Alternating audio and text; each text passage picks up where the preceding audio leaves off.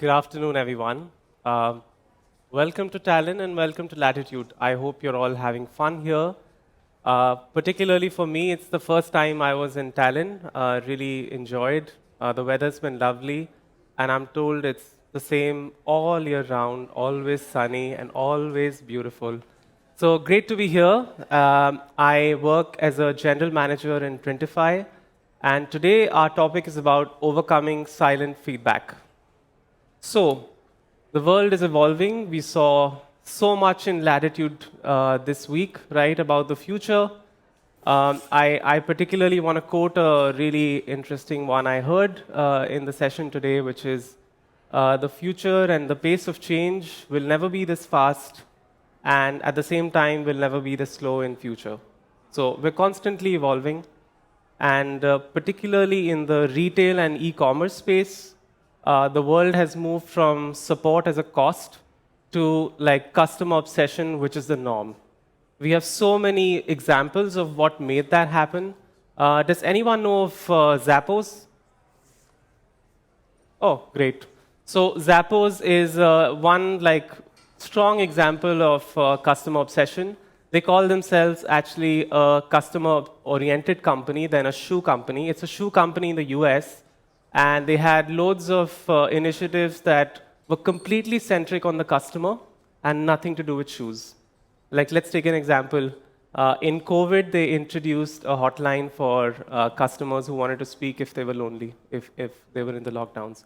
So that's an example, and of course, Amazon is the poster boy of obsession of customers. I'll give an example which often comes to mind when it is with Amazon. So this is a customer who ordered a PlayStation 3 for Christmas for his son, and he heard from sources that his son was really excited for it, but then realized that the order didn't make it on time. So he contacted customer support, and support didn't even blink and gave him a replacement order that arrived on the right time. As a result, he was delighted because his son got the PlayStation 3 on time. And that really made Amazon as a great example for why this customer would always choose it, tell friends and family. So that $500 that Amazon spent on resending that PlayStation went a long, long way. And not just that, this customer happened to be a New York Times reporter. So guess what? In a few days, Amazon was on the New York Times front page and just redefined what customer obsession means. And that's what trickled so many businesses to follow that direction of customer obsession. So, who here enjoys calling customer support? Has anyone ever called customer support? Yes? And none of you enjoy it, that's clear. Sometimes I've heard people do enjoy it, so good. Good, everyone's awake. No one needs a coffee. And do some of you bother calling support when it's not an emotional or a high-value purchase? Like, at what point would you not bother calling support? Would you do it for 10 euros? No? Okay, 20? Okay, let's do the bidding war. Okay, 40. I have you 40.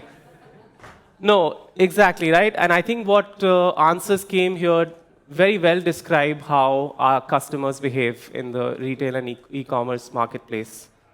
The truth is that many of us are silent customers. We don't even know it. It depends on the purchase. It depends on its value and what it means to us. And this silent customer is around like 99% of the customer base of every business today. So we estimate that only 1 to 2% customers leave a review or leave any feedback. So they will only contact a business when they are really happy or they are really upset. And other things, meh, not really. So many of them say, oh, forget it, it's not worth it. Why do they do that? Also is accelerated by like some business practices, right? Long waiting times that, okay, the next agent will be with you in 25 minutes. It's not worth it. Chatbots, did I answer your question? Did I get this right? Again, no reason to continue. Don't bother. And of course, policies that are not that customer centric, often they can be very profit centric. So this is why there's a silent customer who does not want to engage. And the data at the moment in businesses does not exist to recognize the needs of these customers and address them. Often it takes many, many weeks or months to recognize a customer has churned, has gone elsewhere, and that might be too late. So, in terms of this silent customer in the dimension of e-commerce or marketplace, it's even more complex. So let me walk you through what Printify does. It's a business that enables over 10 million customers to make sales online on various sales channels. Let's take Etsy, for example, now even recently some new sales channels like Walmart, Amazon, etc. So it's a marketplace that enables the customer to sell to their customers. The steps involved is the customer, who is the seller or the merchant. They select products they want to sell. They add a design, and then they set up the sales channel, and they're all set to go. And once an order is placed from the end customer, who is the customer's customer, the order steps is that it's first sent to our platform. Following that, it goes to a print factory, and these are factories across the world, across every geography in the world itself. And they fulfill this order with like getting that order customized, printed on demand, packaged, and then shipped to the end customer. So that's typically how the workflow of print on demand is, and it is for Printify as well. But of course, things go wrong. So quality really matters. Many times an order goes through some mistake because, of course, it's being handled by a human often, and humans can make mistakes. So let's take the example of one such customer. This is Jenny. She lost her job in the pandemic. She was part of the Quit Talk movement. And then she discovered e-commerce through selling T-shirts on Printify. She was a great designer, so she thought, okay, let me put some of my designs on Printify and let's see if I get any interest and engagement. Suddenly, she saw life started to go well. Many, many customers bought her designs and bought her T-shirts and were really, really interested, and business started to grow, and she would relax. She would go on a holiday. She would be at the beach, relaxed, and making money at the same time. But customers started to leave. These customers were often silent customers, and she started to see her sales fall down. She tried to, of course, see what she could do. She thought initially maybe it's her designs, but that was not the case. So she contacted Printify. And that's why we figured out that there's a lot of silent customers out there in the market for whose needs we still need to work and address. And let me come back on the dimension of what happens in the real world once an order is placed, especially in the print-on-demand space, right? An order is fulfilled in a production factory. So many things can go wrong, as I said. Humans can make mistakes. You have an operator who's 8 hours on one task, 5 days a week. Of course, they're going to make mistakes, right? They'll be tired. They'll not have the same attention span. So, of course, they will get things wrong.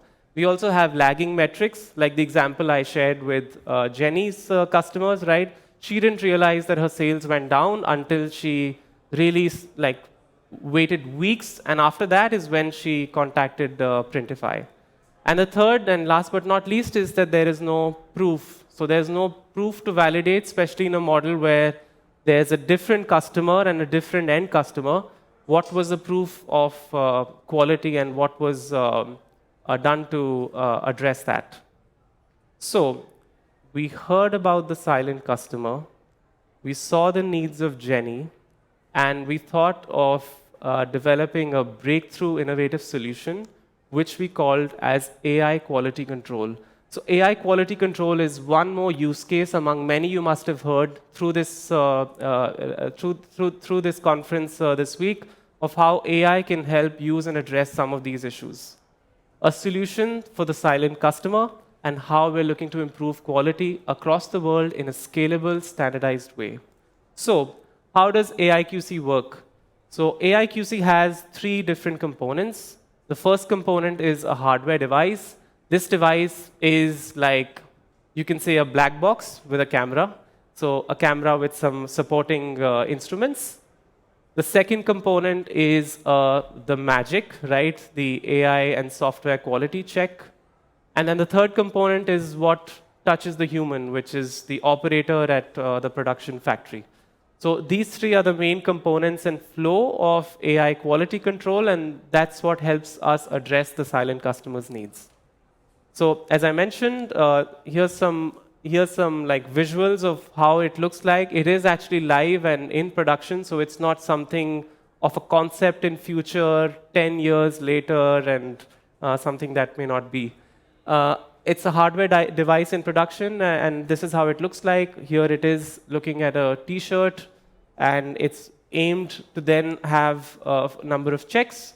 And believe me, things do get wrong. This then connects to the API. So the software connects to the Printify API that understands the order information. So it understands what are the different components of the order, like was it supposed to be a blue shirt, was it supposed to be a small, a large, how was the design placed, is the quality satisfactory, and will it delight the end customer? Because at the end, that's what this is about. And the last but not least is where this is going to evaluate in literally microseconds and come up with the answer to the operator. So the human operator then will scan the barcode of the product, and then they'll have an answer from this if this is acceptable quality or not. So this is a great example of how we see AI in the production space, especially for Printify. Again, it doesn't mean that humans are going to be replaced. At the moment, our position is that this behaves as a co-pilot and helps the customer make decisions, right? As I said, they are constantly on the production floor, so these operators are going to benefit from this support. And last but not least, we also have proof of production. So once this scans and evaluates an order, it will actually take a live photo, and that photo is going to be available at the orders page for the customer to see. So that ways it has a proof of production. So it's somewhat related to a delivery proof. I'm sure you've ordered a parcel and you've got a photo on your email with the parcel somewhere. Most often for me, it's the rubbish bin where I feel it's safe. No one's going to steal it. So a production proof that shows that this garment was printed, this is how it looked like, and this is ready to go. And all this is a journey. So it takes weeks and months to master this such a project, right? We faced a number of challenges. We had hardware problems because, as everyone knows, there was some shortage of hardware in the last few months. We had some logistics issues, stuck at import. Some devices were delayed, logistics, shipping, etc.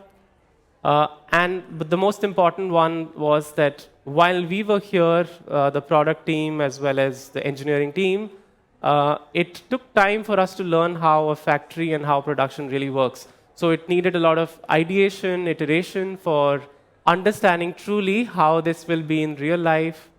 We had things like smoke in the factory, one of the factories where we worked, which was something we never planned for. So we had to ideate, iterate, and try and solve those issues. So the experience from that is that you need to, as startup founders and as engineers, be aware of the environment where the use case will be, try and listen to the customer as well as the end customer's needs, see the environmental factors, ideate, and you'll solve every problem. As for us, we will continue this journey. I'd like to thank all of you for listening in. As you must have seen, our booth is here on this floor. If you haven't, you should drop in. I'm sorry the ice creams have finished, but we will try to be nice. And do enjoy the after party as well. And those of you who are traveling, have a safe journey. Thank you very much.